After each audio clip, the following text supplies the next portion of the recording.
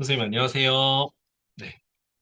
이제 9시가 되어서 네, 저희 2차 회의 시작하도록 하겠습니다. 오늘, 선생님께서 그래도 많이 참석을 해주셨는데, 오늘, 부득이 송혜연 선생님께서 좀 학교에 큰일이 있으셔가지고, 부득이 오늘 회의에는 참석을 못 하셨어요. 그래서 추후에 이제 저희 오늘 같이 공유할 자료 노션 페이지에 올려주시기로 하셨습니다. 그래서 참고를 부탁드리겠습니다. 그러니까 좀 이 자리에서 말씀드리기 좀 지금 녹화를 하고 있어서 말씀드리기 좀 큰 사안이어가지고 나중에 제가 따로 뵙고 말씀드리도록 하겠습니다. 네, 그러면 오늘 회의 바로 시작하도록 하겠습니다.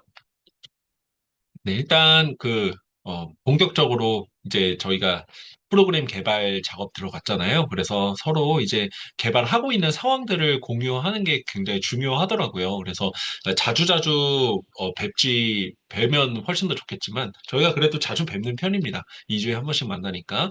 네. 근데 이게 중간중간 서로 공유하는 자리가 없다 보면 약간 처지기도 하고 서로 약간 밸런스가 안 맞는 경우들이 있거든요. 그래서 부득이 조금 시간을 할애를 하더라도 이렇게 서로 공유하는 자리 앞으로 좀 마련을 해 나가도록 하겠습니다. 오늘 하늘쌤께서 원래 하늘쌤 순서로 해가지고 이제 영어 교과 예리쌤 순서로 이렇게 프로그램 개발상을 공유를 하려고 했는데 오늘 하늘쌤께서 지금 잠깐 이동 중이셔가지고 저부터 공유하도록 할게요. 그래서 저 그리고 수영쌤, 하늘쌤, 예린쌤 순서로 이제 프로그램 개발을 어떻게 하고 계신지 간단하게 공유하고요. 그다음에 저희 어쨌든 노션에다가 계속 누적해서 나중에 결과 보고서 제출할 때 이거 근거로 제출을 하려고 하거든요. 그리고 다음 회의 일정 관련해서 저희 시간대 언제가 편한지 좀 마무리 짓도록 하겠습니다. 네, 그래서 요 순서대로 진행을 할 거고요. 네, 저희의 연구 주제는 이제 미래 역량 함양을 위한 교육과정 연계 중등 디지털 미디어 문해 수업 콘텐츠 개발 연구를 진행을 하고 있습니다. 네, 그래서 일단 저부터 간단하게 좀 공유를 해드릴게요. 그래서 선생님들 혹시 오늘 발표 자료나 혹은 공유 자료 노션 페이지에 아직 탑재 안 하신 선생님 계시면 지금 잠깐 제 발제 들으시면서 탑재를 해주시면 감사하겠습니다. 일단 수업 지도안, 그 다음에 수업 이제 학생 안내자로 PPT, 그 다음에 활동지 순서로 말씀을 드리도록 하겠습니다. 일단 저는 수영쌤이랑 같이 지금 진행을 하고 있고요. 제가 역사과 7차시 중에 앞선 3차시를 담당을 하고 있고, 수영쌤께서 나머지 이제 4차시부터 7차시까지 이제 담당을 하고 계신데요. 일단 주제 및 개관은 그냥 제가 쓴 것으로 가름을 해도 되지 않을까 싶습니다. 그래서 일단 제가 개요이기 때문에 주제 및 개관에 대해서 작성을 했고, 혹시나 이 부분에 대해서 피드백이 있으시면 수영쌤이나 다른 쌤들도 한번 읽어보시고, 그 피드백, 노션 페이지나 여기 부분에다가 저희 카톡방에다가 남겨주시면 제가 바로바로 반영하도록 하겠습니다. 그래서 주제 및 개관은 딱히 뭐 중요한 내용이라기보다 개요이기 때문에 간단하게 넘어가도록 하고요. 기대 효과는 이제, 저희가 이제 디지털 문해교육 연구회이기 때문에 미디어 프레임이라고 하는 이 중요한 키워드를 반드시 넣도록 했고요. 그다음에 교과 연계라는 측면이 있기 때문에 역사적인 탐구력, 그리고 역사적 판단력, 디지털 정보 분별력이라고 하는 중요한 핵심 역량을 넣었습니다. 그리고 이 디지털 문해 교육의 저는 가장 종착점이 학생들이 직접 디지털 이 자료들을 혹은 이 웹상에 존재하는 여러 가지 리터러시 자료들을 읽어보고 끝나는 게 아니라 이걸 가지고 재창조를 함으로써 크리에이팅을 해보고 그리고 이 크리에이팅을 통해서 사회에 어떤 영향을 행사할 수 있는지 이런 것들을 같이 시험해 보는 것이라고 저는 생각을 하거든요. 그래서 디지털 콘텐츠 크리에이팅 역량, 그다음에 창의적 문제 해결 역량, 하나 더 더한다면 사회 참여 역량까지 이제 좀 키우는 그런 수업으로 기획을 해봤습니다. 그래서 성취 기준이랑 저번에 연계했던 대체적인 개요에는 나와 있지 않았는데 조금 더 구체화를 시켜서 1차 시에서는 세계사 영역에서 이제 19세기 드레피스 사건이라고 하는 이 사건이 뭐냐면 이제 프랑스의 유대인 출신의 이제 장교였던 알프레드 드레피스라고 하는 사람이 유대인이라는 이유로 아무 잘못도 없는데 모함을 당해서 그 당시 정치적인 이 가짜 뉴스에 휘말려서 정치적 희생양이 될 뻔했던 결국 우리가 나중에 굉장히 유명한 이 작가 중에 한 명의 에밀 졸라라는 사람에 의해서 에밀 졸라가 이 드레피스랑 친구였거든요. 그래서 이 에밀 졸라가 신문을 통해서 이 변호를 해주면서 이 사건이 굉장히 크게 사회적으로 부각이 됐고 이 가짜뉴스의 위험성에 대해서 오늘날뿐만 아니라 이미 19세기에서도 한 사람이 매장당할 뻔한 사건이 있었기 때문에 이런 사건을 계기로 해서 이 가짜뉴스가 단순히 그냥 디지털 기기나 디지털 매체의 이 등장으로 인해서 더 확산됐을 뿐이지, 갑자기 생겨난 게 아닌다라는 거를 아이들한테 좀 알려주고 싶었습니다. 그리고 선생님들 다 아시다시피 독일 나치의 유대인 탄압 관련한 이제 자료들을 아이들이 직접 읽어보면서 그 당시 독일에서 간행된 신문, 그리고 미국과 영국에서 간행된 신문의 입장이 서로 어떻게 다른지, 프랑스도 마찬가지고요. 이제 군부, 이 드레피스를 매장시키려고 했었던 군부의 입장과 그다음에 이 드레피스를 변호했던 이 에밀 졸라 같은 사람들의 실제 기고문이 한 가지 사건을 놓고 이렇게 왜 이렇게 해석이 다른지 역사적 서술을 좀 같이 검토를 하면서 이제 그 미디어 프레임이라는 중요한 키워드와 역사적인 탐구력을 같이 함양해 나가려고 합니다.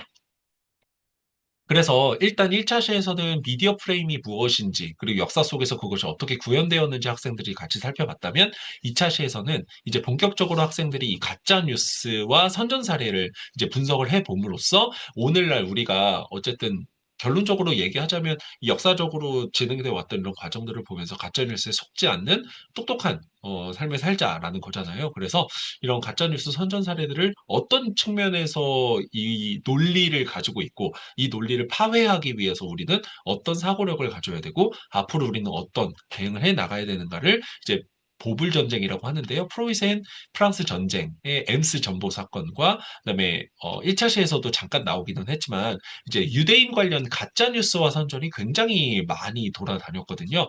그래서 심지어 유대인을 막 국가의 적, 그러니까 제가 이따가 학습 활동지에서도 말씀드리겠지만 막 유대인을 빨간 무슨 뿔난 그런 악마처럼 실제로 묘사를 해서 그 당시에 살아갔던 이 독일인들은 진짜로 유대인이 그렇게 생겼다고 믿었던 그런 상황이었거든요. 그래서 그런 부분들을 좀 짚어가면서 실제로 이 미디어 프레임이 작동하고 가짜 뉴스가 지나치게 사회에 팽배하게 되면 어떤 사회적인 악영향을 미치는가를 아이들이 좀 본격적으로 분석을 해볼 예정입니다.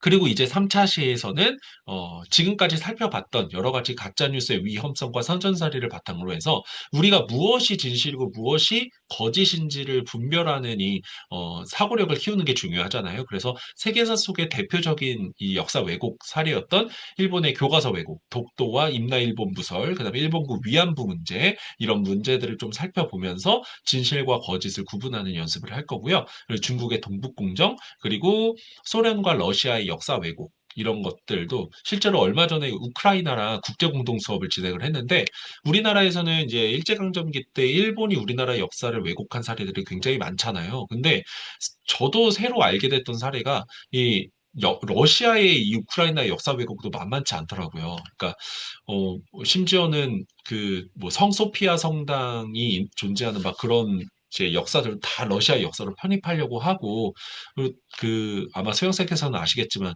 세계사 교과서에 그 우크라이나의 성소피아 대성당 모습이 나와 있거든요. 그게 최근에 이제 폭탄을 맞아서 완전히 파괴가 됐더라고요. 보면서 아이들도 완전 경악을 했고 작년에 제가 시험 문제를 냈었던 부분이었거든요. 경악하고 저도 굉장히 놀랐는데 그런 부분이랑 엮어서 최근에 아이들이 어쨌든 관심 갖고 있는 주제이기 때문에 좀 팩트체크 보고서 작성할 때 좀 관심 갖고 이제 진행을 할 수 있을 것 같습니다. 제가 3차 시에 일본, 중국, 그러니까 소련과 러시아를 선택한 이유는 아무래도 동아시아 지역이 아이들한테 훨씬 더 와닿는 부분이 있기 때문에 일부러 이렇게 정했던 부분이고요. 이 3차 시에 맞춰서 이제 수업 목표랑 성취 기준, 평가 계획, 지도상의 유의점은 추후에 같이 작성을 할 예정입니다. 그래서 지금 1차 시를 작성을 다 해놨는데요. 활동은 첫 번째 차시에서 이제 총 4개로 진행을 하려고 해요. 좀 타이트하게 진행이 될 것 같은데, 어쨌든 아이들이 그 기존에 이제 진행했던 아이들은 다 이제 저랑 수업을 하면서 AI를 이제 어느 정도 다룰 수 있는 아이들이기 때문에 그래서 일단 시간을 최대한 이제 단축을 시켜서 활동 1에서는 드레피스 사건, 그리고 활동 2에서는 나치의 유대인 타답, 그리고 3번에서는 아이들이 이 두 가지 사료들을 이제 분석을 하고 이걸 가지고 그냥 끝나는 거 아니고 그럼 역사 속에 또 다른 미디어 프레임이 존재했던 게 있었는가를 좀 아이들이 교과서랑 그다음에 AI 활용해가지고 한번 찾아볼 예정이에요. 그래서 이것들을 추가적으로 한번 논의를 해보고 모든별로 간단하게 발표하고 이 차시를 마무리 지으려고 합니다. 네, 그래서 일단 네, 전 이제 수업 지도원 세안은 아직 작성을 안 했고요. 그래서 야간만 일단 작성을 해둔 상태입니다.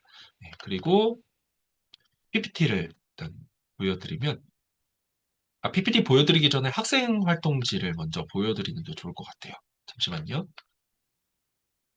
네, 학생활동지, 1차시 학생활동지는 조금 많은데, 이제 해봐야 좀 알 것 같아요. 그래서 아이들이 실제로 너무 힘들어하면 둘 중에 하나만 하려고 하거든요. 그래서 그, 일단 그 드레피스 사건과 그다음에 이 나치의 유대인 탄압 관련된 자료들을 이제 제작을 했고, 역사적 배경을 이제 이미 작년에 이미 세계사를 다 아이들이 배우고 올라왔기 때문에 뭐 따로 또 설명을 할 필요는 기 때문에 그래서 역사적 배경 관련된 내용들을 넣어놨고 그래서 이거 자체가 중학교 3학년 타겟이어서 아마 역사 선생님들 다른 학교에서도 제가 그 봤을 때 어, 만약 이 부분을 배우지 않았다고 하더라도 역사 배경을 보면 어쨌든 프랑스 혁명은 배우고 넘어오기 때문에 이 부분 보면 충분히 이해가 되지 않을까 저는 그렇게 생각을 했고 그 당시에 프랑스 드레피스에 대해서 반감을 갖고 있었던 신문사 그다음에 옹호하려고 했었던 신문사에 각각 이제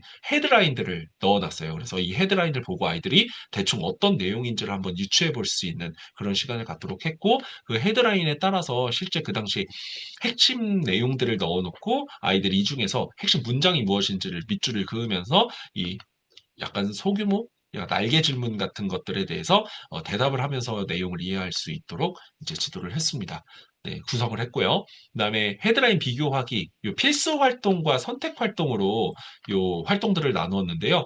아무래도 아이들의 수준 차이가 좀 크다 보니까 필수 활동들을 이제 진행하기에도 되게 팍팍한 친구들이 있을 거고 필수 활동 이미 다 끝나고 쌤, 저 그럼 나머지 시간 뭐 해요? 이런 친구들도 아마 있을 거라고 생각을 해서 그 생각 확장하기라고 해서 선택 활동을 별도로 이제 구성을 해놔서 이 문항을 구체적으로 이제 작성을 하면 이제 평가 항목에서 0.5점의 가점을 부여하는 걸로. 물론 수행평가랑 연계를 하지 않아도 괜찮겠지만 저는 일단 수행평가랑 연계한다라고 가정을 하고 일단 구성을 해봤습니다. 그래서 아이 좀 필수활동 다 끝난 아이들 같은 경우에 이제 어쨌든 이 내용에 적극적으로 참여할 수 있는 장치를 걸어놨고요.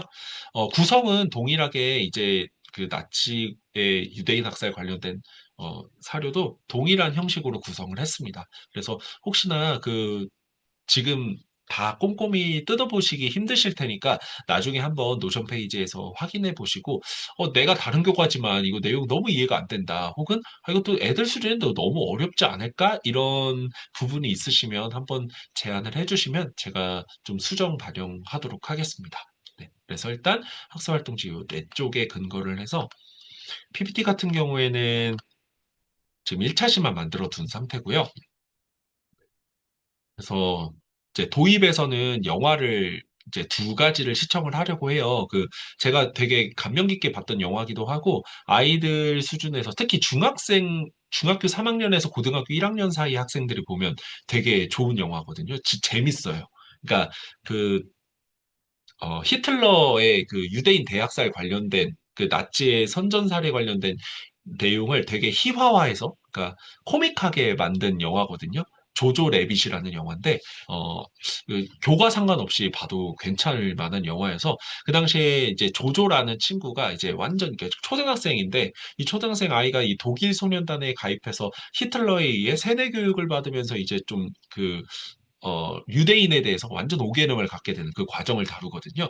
그 첫 부분을 보면서 그 당시에 이 세뇌 교육이 이 미디어가 작동하는 이 방식이 아이들에게 어떤 영향을 미쳤고 이 아이들이 받은 교육은 사회적으로 어떤 파장을 일으켰는가 그 부분을 좀 동기유발 영상으로 넣으려고 합니다. 그리고 영상을 보고 아이들이랑 좀 그 답변을 좀 받아보는 그런 시간을 가질 예정이고요. 이제 활동지 적는 시간을 활동 시간까지 다 이제 명시를 해놨기 때문에 선생님들께서 이제 많이 쓰시는 그 타이머 어플 같은 거 아무거나 상관없으니까 그런 것들 하나 화면에다 띄워두시고 학생들 이제 지도를 해주시면 되지 않을까 싶습니다. 그래서 이렇게 1차 시활동 시 네 문항을 이제 작성을 하고요. 그 다음에 이제 모든별로 오늘 정리한 미디어 프레임 사례 이외의 역사 속 미디어 프레임을 한 가지 찾아 정리하는 시간인데 이제 사례로 우리나라 역사의 5.18 민주화 운동 아직까지도 계속 왜곡하고 편애하는 그런 현상들이 많이 발생하잖아요. 그래서 그런 사례로 하나 넣고 아이들이 한번 생각해 볼 수 있도록 하는 시간을 부여를 할 예정입니다. 그래서 이제 차시예고 2분 이렇게 하고 마무리에 짓는 활동으로 구성을 했습니다. 네. 일단 제가 구성 활동을 최대한 빨리 네, 선생님께 말씀을 드려봤는데요. 네, 혹시 그 지금 제가 너무 빨리 말씀을 드려서 그 이해가 안 되실 수도 있겠지만 혹시 피드백 주실 사항 있으시면 말씀을 해주시면 감사하겠습니다. 혹시 이해가 안 되셨던 내용이나 아이들 수준이 너무 뭐 높거나 낮거나 혹은 그런 부분이 있으시면 네, 꼭 이 자리 아니시더라도 나중에 보고 피드백 해주시면 좋을 것 같고요. 피드백 없으시면 다음 수영쌤 말씀해 주시면 감사하겠습니다.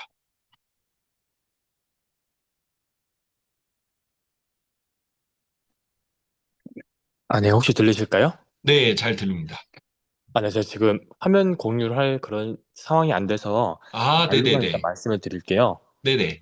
네, 우선 지금 제가 자료 제작하고 있는 와중에 이제 좀 아무래도 동은 쌤께서 이제 1차 시부터 3차 시 가지고 제가 2회 차시기 때문에 좀 흐름이라던가 통일성을 좀 맞춰야 될 것 같아서 이제 좀 PPT라던가 그런 자료들을 좀 수정해야 될 것 같아서요. 네네. 제가 PPT나 학습지 같은 경우는 좀 수정을 해서 제가 나중에 노션 페이지에 올려도 될까요? 네네. 아, 그럼요. 선생님 너무 그 부담 갖지 않으셔도 되고요. 네. 네네네. 천천히 해주셔도 됩니다. 네. 네, 그리고 이제 제가 생각했던 부분이 4차시부터 7차시 부분인데, 이제 4차시랑 한 5차시 정도가 이제 좀 탐구 활동을 진행하고, 이제 6차시, 7차시 부분을 이제 좀 학생들이 직접 디지털 관련된 콘텐츠를 제작하고 좀 확산하는 이제 그러한 좀 흐름으로 좀 구성을 했었습니다. 이제 4차시 같은 경우에는 이제 학생들이 이제 특히 의견이 많이 갈리는 역사적 사건이라던가 그리고 이제 의견이 많이 갈리는 역사적 사건 중에서도 이제 현대 이슈들이 있잖아요. 뭐 예를 들어서 어떤 특정한 역사적 사건을 가지고 봤을 때 어떤 신문사는 어떻게 표현하고 어떤 좀 신문사는 어떻게 표현하는 좀 관점의 차이가 있잖아요.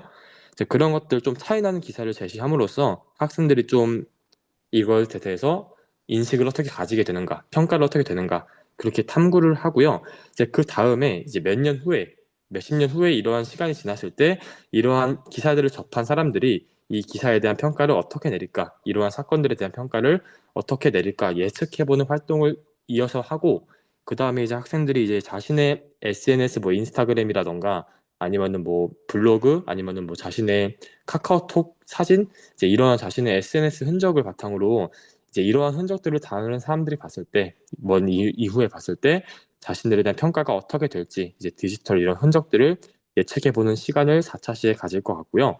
이제 5차 시 같은 경우에는 이제 이전 차시 학습했었던 이제 역사적 사건이나 의견이 갈리는 역사적 사건이라던가 현대 사회 이슈를 바탕으로 이제 이런 것들을 학생들이 자료를 조사를 하고 이제 올바른 좀 관점을 가진 조사를 한 다음에 이러한 관점을 담은 이제 스토리텔링 북이라던가 오디오북을 한번 제작을 해볼까 합니다. 근데 이제 원래 계획했던 바는 이제 좀 AI 영상이라던가 그런 것들을 좀 제작해볼까 했었는데 이건 아직 좀 고민 중이에요. 이제 AI 영상을 좀 제작을 할지 아니면은 오디오북을 통해서 좀 동화책 읽어주는 스토리북, 오디오북 이제 그런 것들로 제작을 할지는 아직 좀 고민 중에 있습니다. 네. 저는 수연쌤 이제 어쨌든 그 어떤 결과물이 나오고 나서 좀 구체적인 피드백이 이제 들릴 수 있겠지만 딱 들어보면서 마지막에 말씀하셨던 그 오디오북 아이디어 되게 좋은 것 같아요. 어쨌든 역사과에서 지금 구술사 관련된 내용이 되게 많이 주목을 받고 있잖아요. 그래서 그런 부분이랑도 아이들이 나중에 좀 기록으로 남았을 때 음성이나 이런 것들 좀 이제는 단순히 미디어가 이제 신문뿐만이 아니잖아요. 그래서 그런 부분도 나중에 그 창작 활동으로 가미해 주시면 좋을 것 같습니다. 네, 네. 캔바나 뭐 그 북크리에이터 이런 걸로 작업하면 충분히 가능할 것 같습니다. 네. 네, 감사합니다. 그리고 그러면 혹시 하늘쌤 그 공유 가능하실까요? 네, 가능합니다. 잠시만요. 네,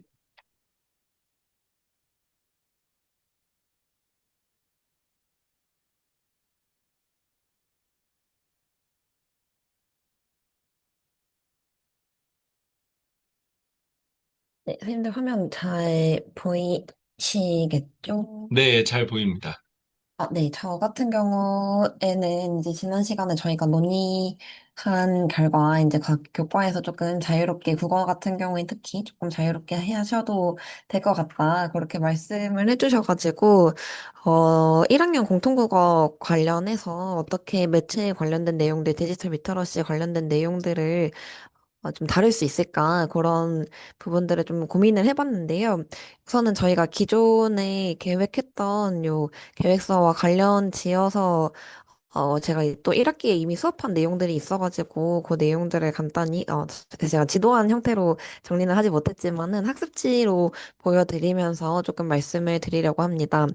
그래서 저희가 1학년 공통국어 그러니까 1학기 같은 경우에 사회적 의제를 다룬 매체 자료를 비판적으로 분석한다라고 하는 성취 기준이 있어요. 그래서 그 성취 기준에서 제가 다룬 두 가지 내용을 잠시 보여드리면 우선은 요 첫 번째 학습지 같은 경우에는 뭐 요거는 그냥 교과서에 있는 단원명이라고 생각해 주시면 될 것 같고요. 매체 자료 비판적으로 읽기라고 하는 내용으로 진행을 하였는데 네, 스마트폰 열면 쇼츠만 찾는 당신 혹시 도파민 중독이라고 하는 요 기사인데요. 요 기사 같은 경우에는 지금 뉴시스라고 하는 이제 언론사에서 보도가 된 기사이긴 하지만 대용제약의 로고가 이 이미지에도 박혀 있고 또 이미지 자체가 대용제약에서 네, 만든 이미지이기도 하고요. 기사 초반부에 대용제약 뉴스룸에 따르면이라고 얘기하면서 이 도파민이 뇌에서 어떻게 하는지에 대한 정보가 쭉 나옵니다. 그러다가 이제 도파민이 과도하게 분비되면 안 좋다 이런 얘기가 나오다가요 도파민 디톡스가 필요하다 이런 이야기가 나오는데 도파민 디톡스랑 관련한 저희의 어떤 좀 일반적으로 알고 있는 내용들 뭐 SNS 조금씩 한다 불필요한 휴대전화 알림 끈다 이런 이야기가 나오다가 마지막에 은행잎 추출물이 함유된 영양제를 복용하는 게 좋다. 이런 이야기로 마무리가 됩니다. 그래서 이 기사가 사실은 기사의 형식을 띠고 있지만 은행잎 추출물이 함유된 영양제, 특히나 대용제약에서 출시한 은행잎 추출물이 함유된 영양제를 홍보하기 위한 것인지 아니면 그것이 아니라 단순히 뭐 정보를 전달하기 위한 도파민 중독을 경계하자라고 하는 공익 목적의 기사인지에 대해서 학생들이 네, 이러한 내용들을 뭐 글에서 제시하고 있는 정보의 출처가 무엇인지 독자가 어떤 행동을 하도록 유도하고 있는지에 대해서 네, 간단히 토론해 보도록 한 수업이었는데요. 실제로 정보를 전달하기 위해서다라는 친구들도 많았고 제품을 광고하기 위해서다라는 친구들도 많았는데 제가 생각하지 못한 근거들까지도 이야기해준 내용들이 많았어서 요거를 이제 기사와 광고를 구별하는, 그리고 기사형 광고의 특성을 이해하는 자료로서 쓸 수 있겠다 정도로, 네, 우선은 생각을 해 보았고요. 그리고 성취 기준이랑 조금 더 사실 직접적으로 관련이 된 내용을 보여드리면, 네, 사회적 의제를 다룬 매체 자료를 비판적으로 분석한다라는 성취 기준이었는데요. 저희 교과서에 이 부분이랑 관련해서, 그러니까 사회적 쟁점이랑 관련된 견해를 표현하는 글이라고 해서 문해력 저하라고 하는 사회적 쟁점에 대해서 견해를 표현하는 글이 실려 있었습니다. 그래서 그거랑 관련해가지고, 문해력 저하, 학생들의 문해력 저하라고 하는 주제를 다루기도 하고, 또 작년 한글날쯤에 그 교사들을 대상으로 교총에서 그 학생 문해력 실태 인식 조사라고 하는 설문조사를 진행을 했는데요. 이 설문조사를 동일하게 활용하고 있는 두 편의 기사를 좀 비교해보는 활동을 진행했습니다. 예를 들어서 첫 번째 기사 같은 경우에는 요 설문조사에서 이제 이야기하고 있는 학생들이 뭐 두 발은 두 다리로 안다. 시발점은 욕인 줄 안다. 네, 족보는 족발보쌈 세트인 줄 안다. 요런, 네, 저희는 헛웃음이 나오는 요런 사례들을 좀 사파로 제시하고 있기도 하고, 네. 다 스마트폰이 문제다. 이런 이야기 하고 있는 기사였는데요.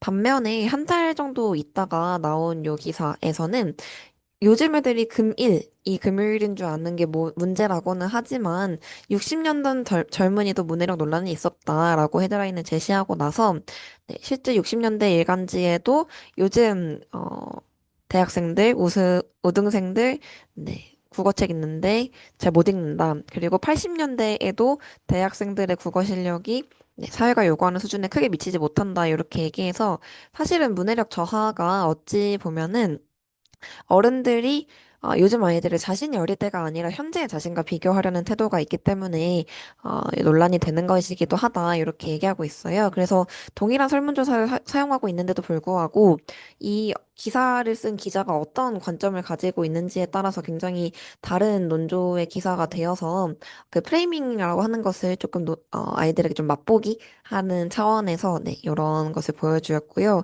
특히나 첫 번째 기사 같은 경우에는 사파를 통해서 시각화를 한 반면에 두 번째 기사는 그래프나 말풍선으로 시각화하고 있어서 그 지점도 조금 다르다라는 걸 비교해보는 정도의 활동을 진행했습니다. 그래서 이것은 제가 그냥 제 수업을 위해서 진행한 활동이라면 네, 저희의 자료집 개발을 위해서는 조금 다듬을 부분은 필요하지 않을까 정도로 생각을 하고 있고요. 그리고 두 번째로 제가 생각을 해본 부분은 이거는 사실 매체 영역이랑 관련된 성취 기준이 직접적으로 있지는 않은데요. 국어 같은 경우에는 또 1학년 1학기에 토론이 성취 기준으로 들어가 있습니다. 그래서 토론이랑 관련해서 인공지능 활용 콘텐츠 생산을 뭐 금지해야 된다 정도의 논제로 아이들이 좀 찬반 토론이든 비경쟁 토론이든 해보게 할까라고 생각을 해보았는데요. 제가 생각한 어떤 흐름은 처음에는 챗GPT로 지브리풍 이미지를 만들어도 괜찮을지에 대해서 조금 논의를 해보도록 하려고 했습니다. 사실은 이렇게 좀 논의를 시작을 하게 되면은 저작권, IP랑 관련해서 좀 이야기들이 나올 것 같은데 그러다 보면 제가 생각하기에는 아이들이 조금 그 컨텐츠 창작자들의 권리를 침해한다는 이해를 할 수 있을 거라고 생각을 했는데요. 저는 조금 더 넓혀보고 싶었던 것이 일반적인 요즘에는 저희가 뭐 블로그든 트위터든 일반적인 SNS에서도 그냥 챗GPT로 생성해낸 쇼츠 같은 경우에도 챗GPT로 그냥 만들어낸 약간 알맹이 없는 컨텐츠들이 굉장히 많잖아요. 그래서 제가 최근에 봤던 기사 중에 조금 흥미로웠던 것이 그 붉은 사슴뿔 버섯이라고 하는 독버섯을 네, 챗GPT가 뭐 건강에 좋다라고 해가지고 실제로 챗GPT가 만든 것만 가지고 네, 블로그를 쓴 사람들이 이 붉은 사슴뿔 버섯 사진을 보여주면서 어떤 효능이 있다 이런 약간 완전히 잘못된 할루시네이션으로만 구성된 블로그 글을 만들어내기도 한다는 것을 봤습니다. 그래서 초반에는 창작자들이 지금 겪고 있는 문제와 관련해서 인공지능 활용 콘텐츠 생산을 금지해야 된다 측면에 대해 생각해 보도록 하다가 우리는 창작자가 아니라 온라인상에서 콘텐츠를 주로 접하는 입장의 수용자인데 그렇다면 우리에게도 이렇게 그 콘텐츠, 인공지능을 활용한 콘텐츠의 약간 무분별한 생산이 어느 정도 피해를 주는 부분도 있지 않는가에 대해서 생각을 해볼 수 있도록 하려고 하는데요. 제가 지금은 문제점을 중심으로 말씀을 드리긴 했지만, 그래도 조금, 네, 양쪽의 입장을 균형 있게 생각해 보게 하려면, 네, 어떻게 해야 될까는 아직 고민을 조금 해보고 있습니다. 그래서 제가 아이디어를 생각한 부분은 이 정도까지인데요. 조금 논의해 보고 싶었던 점이 예린쌤께서도 여기 이렇게 질문으로 달아주셨지만 사실은 차시 흐름을 좀 어떻게 잡아야 할지가 고민이 되었는데요. 제가 이제, 디지털 미디어 리터러시라고 하는 큰 주제를 가지고 국어과에서 몇 차시 동안 이제 그 내용에 대해서 생각해 볼 수 있도록 하는 것도 가능할 것 같은데, 사실은 그렇게 되면 성취 기준이랑 조금씩 멀어지는 지점들도 있을 것 같아서, 네, 그래서, 다양한 내용을 다루는 것은 좋을 것 같긴 한데, 그래도 교육과정과 연계하면서 다양한 내용을 하려면, 네, 차시 흐름을 어떻게 잡는 게 좋을까? 그 지점이 조금 고민이 되기는 했습니다. 네, 그래서 제가 말씀드릴 부분은 여기까지입니다. 일단 그 선생님 고민이 진짜 많이 하셨다는 게 확 느껴지네요. 그리고 일단 저도 최근에 있었던 사건 중에 뭐 친구가 찾아와가지고 수양보가 뭐냐고 물어보더라고요. 수양보? 쌤은 수양대구밖에 잘 모르겠는데 이러니까 걔가 그 맥락을 가져와봐 그러니까 수양버들이 흔들리고 있었다.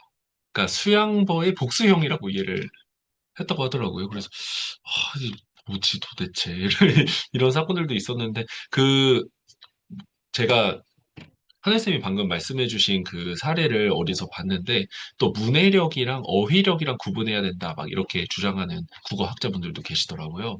그래서 되게 핫한 주제가 될 것 같아서 너무 기대가 됩니다. 그리고 제가 한 가지 이거는 이제 뭐 교과 내용과 좀 관련이 없는 부분이긴 한데 저희 나중에 보고서 제출할 때 좀 그 혹시나 그 유의사항이 될 수 있어서 그 선생님 올려주신 그 학습활동지 보니까 상일여자고등학교 이제 마크 들어가 있고 아, 맨 네네네. 마지막에 저작권 이제 명시되어 있는데 맞습니다.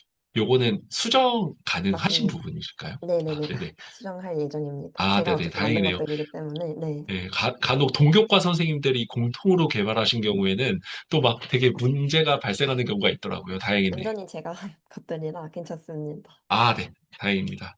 네, 고생 많으셨고, 그러면 마지막으로 예린쌤 혹시 지금 공유 가능하실까요?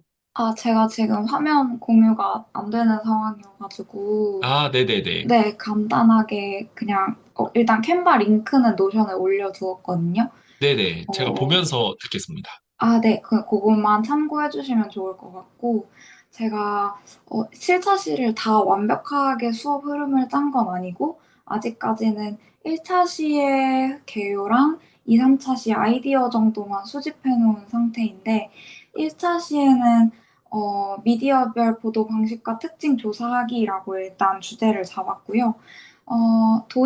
간단하게 1시간 안에 어떻게 하면 좋을까 생각을 하다가, 우선 도입에서는 평소 학생들이 어떻게 뉴스를 접하는지에 대해서 설문을 하는 걸로 이제 시작을 해서 멘티미터 같은 이렇게 시각화된 자료를 사용하면 학생들이 본인들이 어떻게 미디어를 사용하는지 사용 습관하고 동시에 이제 뉴스를 접하는 그 미디어 사용 방식에 대해서도 동시에 볼 수 있을 것 같아서 우선 그렇게 설문조사로 활동 시작하는 걸로 잡았고요.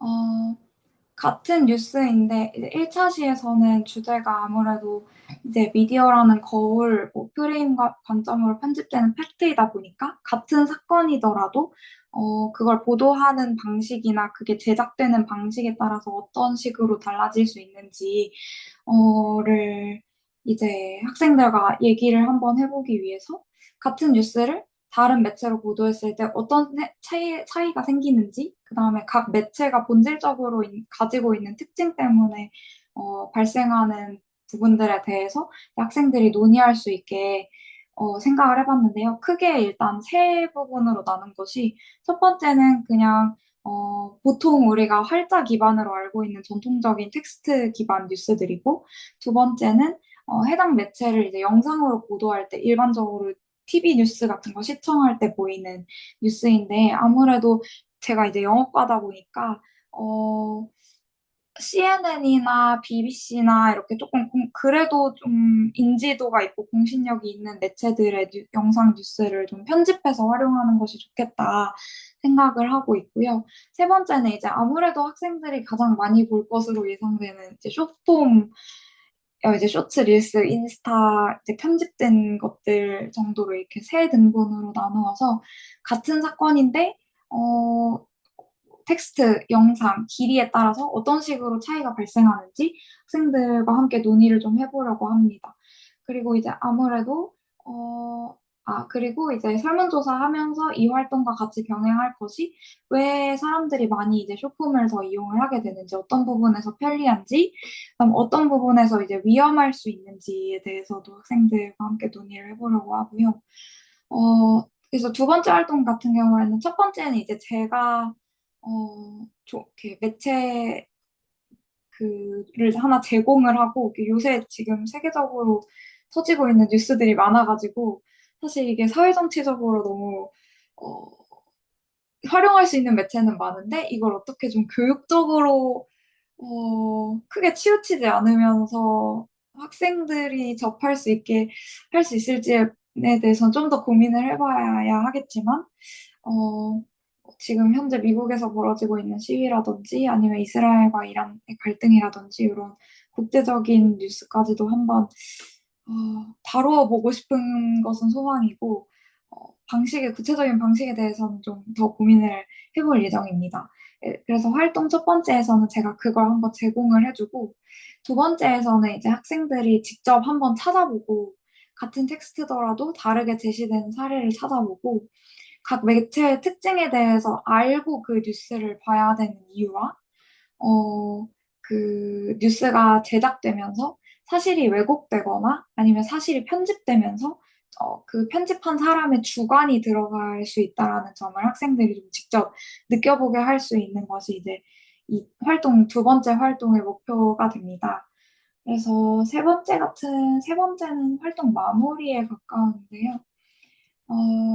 각 매체를 비판적으로 이용하는 거 해서 이제 마무리하면서 매체 이용 시 비판적 사고의 필요성에 대해서 생각을 해본과 동시에 자신들이 찾은 그 뉴스에 대해서 그 뉴스를 자신들이 읽거나 보거나 듣거나라고 할 때 생각해 봐야 할 점. 그래서 critical thinking question이라고 해서 이 사람의 인터뷰 내용은 사실인가?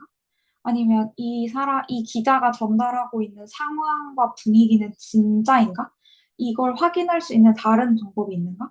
이 사건이 또 다른 뉴스에서 다뤄졌을 때는 이 부분을 긍정적으로 보는가, 뭐 부정적으로 보는가, 뭐 통계의 정확성이라든지 보도하고 있는 기자나 앵커의 주관이 들어가진 않았는지 그런 부분들을 학생들이 확인하는 질문을 직접 만들어 보게 할 예정입니다. 그래서 1차 시에는 보통 사용자로서 매체 미디어의 사용자로서 학생들이 가져야 될 태도나 아니면 태도에 대한 활동에 좀 집중할 예정이고 2차 시는 3차 시 같은 경우는 지금 간단하게 아이디어만 몇 가지 정리해 둔 상태인데, 요새 딥페이크, 그 AI로 만든 딥페이크나, 그래서 딥페이크 영상이나 이런 게 인스타에 많이 유통이 되면서 마치 외국의 유명 정치인이 특정 발언을 직접 한 것처럼 이제 유통이 되는 인스타 영상이 많아서 그런 부분들을 다뤄보면서 가짜 뉴스가 어떻게 생성이 되고 확산이 되는지, 그 다음에 이제 사람들이 SNS에 댓글을 달 때 본인들도 정확하게 팩트 체크를 하지 않은 상황에서 사실은 이렇대, 알고 보니까 이렇대 라는 댓글을 다는데 그런 것들을 우리가 너무 비판적으로 이지 않게 받아들이게 되면 무조건적으로 수용하게 되면 왜곡된 정보들이 계속 유통되고 확산될 수 있기 때문에 그런 부분을 주의해야 된다라는 것들을 인스타나 각종 뉴스 댓글이나 이런 것들을 가져와서 학생들이랑 보면서 토의를 한번 해볼 예정입니다.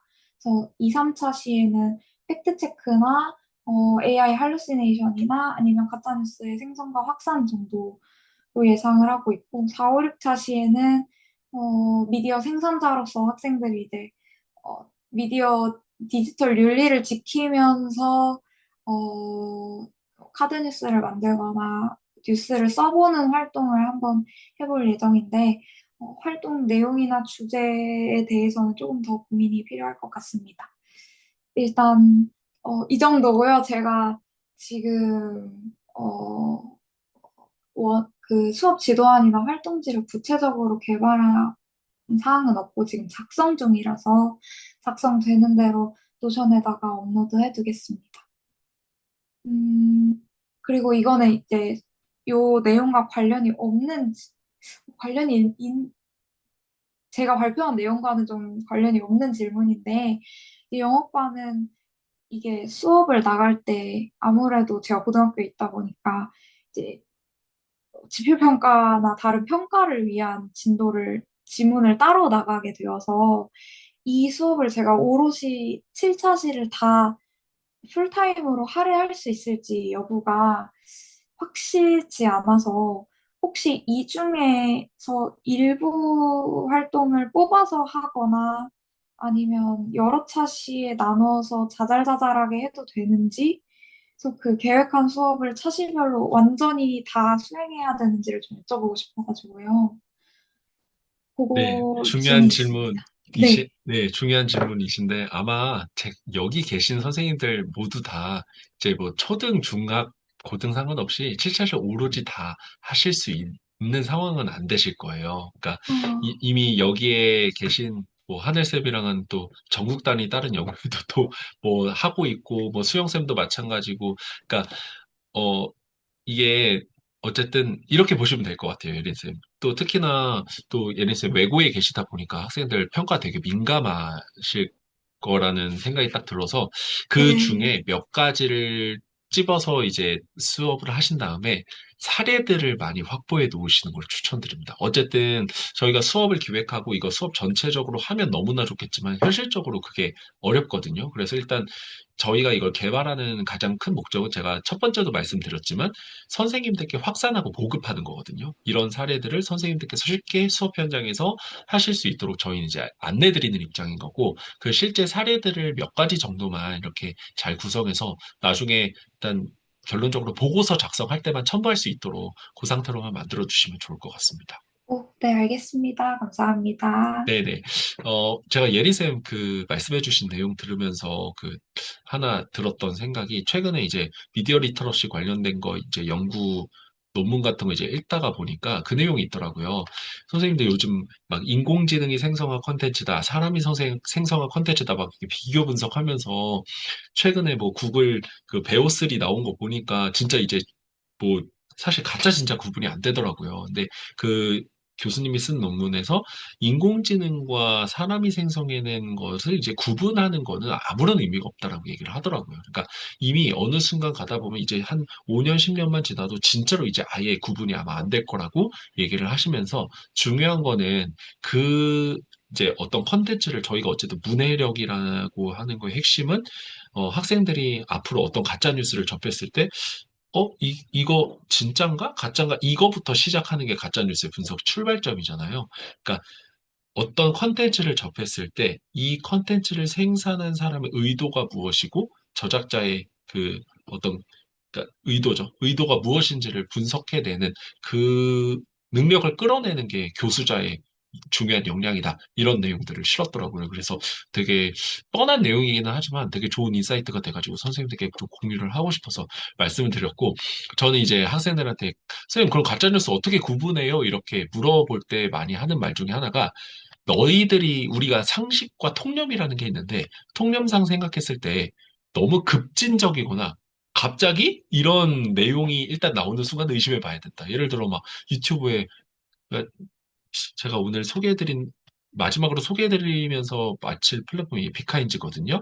아마 여기 뭐 수영쌤 이미 많이 활용하실 거고, 뭐 하늘쌤도 이미 접하신 적이 있으실 것 같고, 근데 비카인즈 보면은 오늘의 주요 뉴스 현황이 쫙 나와요. 근데 오늘 보니까, 이란이랑 이제 이스라엘이랑 핵협정 이제 완전 이제, 어, 파행되면서 이제 막 각종 이제 쇼폼의 컨텐츠들이 막 뜨더라고요. 막 가짜 뉴스들 이제 뭐 막 날리는 영상 보면서 생성형 AI로 만들어낸 거 그런 거 보면서 이제 그런 것들은 솔직히 통념상 좀 생각하기 좀 어려운 부분들이잖아요. 그런 영상들을 보면서 어 아이들한테 논리적으로 생각할 수 있는 능력 그런 것들을 조금 더 키워주는 방향으로 저희가 가면 좋지 않을까 이렇게 좀 생각을 해보면 좋을 것 같습니다. 네. 너무 원문 제가 한번 찾아보도록 하겠습니다. 제가 이거 지나가면서 읽었던 거라서 되게 좋은 내용이었던 것 같거든요. 그래서 한번 찾아보도록 하겠습니다.